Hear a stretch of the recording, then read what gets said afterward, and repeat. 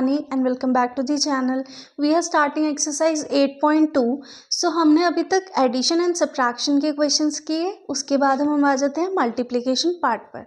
So find the product of the following pairs of monomials. So यहाँ पर हमें 5 parts दिए हुए हैं। Let's start our first part 4,7p। हमें इसका प्रोडक्ट निकालना है, तो इसको हम कैसे लिखते हैं? देखो 4 × 7p।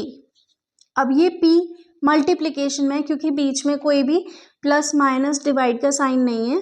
So 4 × 7 × p is equals to 7 4s are 28, 28 × p is 28p। सो ये हमारा हो गया इस पार्ट का आंसर।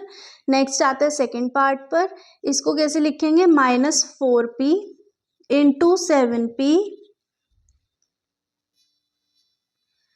तो हमने इसको इस तरीके से लिख के फिर हम इसे फर्दर एक्सपैंड करते हैं 4 × p × 7 × p।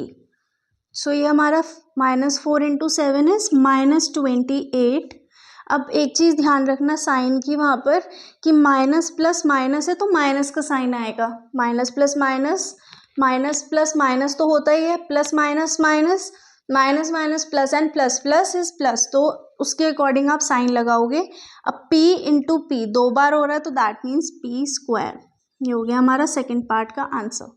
नेक्स्ट हम आते हैं यहाँ पर थर्ड पार्ट पर। सो -4p × 7p³। So -4 × p × 7 × p × q। So -4 × 7 is -28। p दो बार है तो p² × q। सो ये हो गया हमारा थर्ड पार्ट का आंसर। इसमें कोई ज़्यादा टफ टिपिकल नहीं है, ये बहुत इजी सा है। दोनों पार्ट्स को कंबाइन करके आपको प्रोडक्ट निकालना होता है। सो यहाँ पर हम करेंगे, इसको लिखेंगे 4p³ × -3p। अब 4 × p³ × -3 × p। समझ आया? इसको ओपन कर दिया, एक्सपैंड कर दिया। सो 4 × -3 इज -12 एंड p, यहाँ पर हमने पावर्स के अंदर एक चीज़ पढ़नी है, और यहाँ पर देखो ये p × p, तो दैट मीन्स p की पावर 4 हो गई, क्योंकि p 3 टाइम्स है एंड यहाँ पर p 4। अगर देखो p 3 टाइम्स है, p × p × p, और एक ये p, तो ये कितनी टाइम हो गया? 1 2 3 4, तो इसलिए यहाँ पर 4 आया है, p की पावर 4। नेक्स्ट हमारे पास ये हो गया हमारा इसका आंसर। नेक्स्ट फिफ्थ पार्ट है। सो 4p × 0, something multiplied by 0 is always 0। सो ये आ गया हमारा आंसर। सो आई होप आप लोगों को मोनोमियल्स में कैसे हम मल्टीप्लिकेशन करते हैं वो समझ आ गया होगा। Next we are having question number 2. Find the areas of rectangles with the following pairs of monomials as their lengths and breadths respectively. Basically क्या है, हमें rectangles की dimensions दी हुई हैं, length और breadth, और हमें कहा है area बताना है। अब area of rectangle क्या होता है ये आपको याद ही होगा। area of rectangle is length into breadth. So यहाँ पर मैं लिख देती हूँ area of rectangle length into breath. वैसे तो आप लोगों को याद ही होंगे फॉर्मूलेस, बट स्टिल यहाँ पर मैंने लिख दिया, याद नहीं है तो याद कर लो। सो p, q। p हमारी क्या है? लेंथ है। q हमारी ब्रेथ है। फॉर्मूला क्या है? Length into breadth. So p × q is equals to pq। ये हमारा फर्स्ट पार्ट की डायमेंशन आ गई, PQ। सो ये हमारे फर्स्ट पार्ट का एरिया आ गया। नेक्स्ट हमारे पास एक और रेक्टेंगल है, उसकी भी डायमेंशंस दी हुई हैं, लेंथ और ब्रेथ। तो 10 मीटर क्या है? लेंथ है। 10 m लेंथ है और 5 n ब्रेथ है। अब आपका क्वेश्चन ये होगा कि मैम आपको ये चीज़ कैसे पता लग रही है कि ये लेंथ और ब्रेथ हैं? बेटा इन्होंने रिस्पेक्टिवली लिखा है, जब भी रिस्पेक्टिवली आएगा ना तो आपको 1 by 1 लेना है। लेंथ फर्स्ट पार्ट की, ब्रेथ सेकेंड, ऑलवेज। मान लो यहाँ पर 4-5 भी होते तो फर्स्ट जो होगा वो फर्स्ट पर ही आएगा। जैसे p हमारा फर्स्ट है तो वो उसको हम लेंथ लेंगे, q हमारा ब्रेथ है तो सेकेंड है तो इसको हम ब्रेथ लेंगे। सो हमारा ये होगा 10 m length into breath is 5 n। तो ये कितना हो गया? इसको हम कैसे एक्सपैंड करते हैं? 10 × m इंटू 5 इंटू n, तो ये कितना हो गया 10 5 इज 50 एंड mn।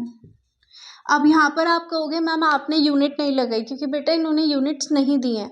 अगर यूनिट्स दी होती तो हम यहाँ पर लगा कर आते, मीटर स्क्वायर, सेंटीमीटर स्क्वायर या जो भी दिया होता। नेक्स्ट हमारे पास है 20x square and 5y square. सो यहाँ पर हम कैसे करेंगे 20x square into 5y square. So expand कैसे करते हैं 20 into x into x into 5 into y into y. So 25 is 100 and ये हमारे पास x square and y square. So ये आ गया हमारा इस वाले पार्ट का area. Next we are having 4x, 3x square. So इसको कैसे करते हैं 4x इंटू 3x स्क्वायर, क्यों लेंथ इंटू ब्रेथ, ये लेंथ है एंड ये ब्रेथ रहेगी। सो 4 इंटू एक्स इंटू 3x को हम 2 टाइम एक्सपैंड करेंगे। नेक्स्ट हमारे पास हो गया 4 3 12 एंड 1 2 3, सो x की पावर विल बी 3। सो ये इसका पार्ट आया। ये जो एक्सपोनेंट्स है ना और पावर का जो खेल है ये आपको और चैप्टर में दिखाऊंगी मैं, इसका एक पर्सनल चैप्टर रहेगा आपके पास, उसको भी हम करेंगे, बट पहले यहाँ पर इसको फिनिश करते हैं।